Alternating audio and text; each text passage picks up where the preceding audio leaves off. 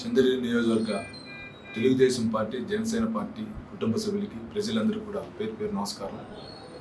నిన్న జరిగిన సంఘటన నా కోసమో, నా కుటుంబం కోసమో, నా పిల్లల కోసమో కాదు. ఒకసారి ఆలోచించాలి అధికారులు, చంద్రగిరి నియోజకవర్గ ప్రజలు కానీ అందరూ కానీ.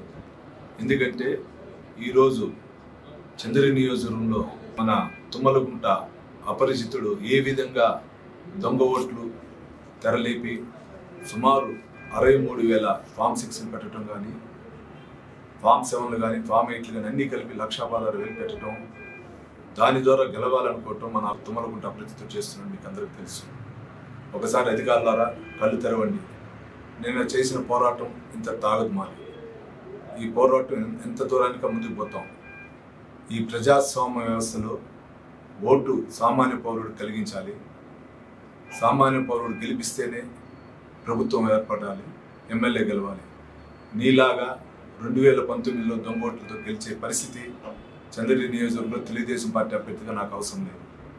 న్యాయంగా ఏ విధంగా ముందుకు పోయి ప్రజాబలంతో గెలవాలనే ఉద్దేశంతో నేను ఉన్నా. మా కోసమో, మా కుటుంబం కోసం కాదు. నిన్న జరిగినటువంటి సంఘటనకి నన్ను వచ్చి పరామర్శించిన ప్రతి ఒక్క తెలుగుదేశం పార్టీ కుటుంబ సభ్యులు, జనసేన కుటుంబ సభ్యులకి, అధికారులకి, ప్రజలందరూ కూడా మరొకసారి ధన్యవాదాలు తెలియజేసుకుంటూ, ఈ పోరాటం ఇంత తాగదు.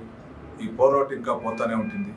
అది ఎన్ని రోజులైనా ఈ తుమ్మలగుంట అపరిచితుడు చేసినటువంటి అన్నిటిపైన పోరాటం ఈరోజు స్టార్ట్ అవుతుందని చెప్పి మీ ద్వారా కూడా తెలియజేసుకుంటూ, ఎప్పుడైనా ప్రజాబలమే గెలుస్తుందని నమ్మకంతో మీ ముందుకు వస్తున్న మీ పులివర్తి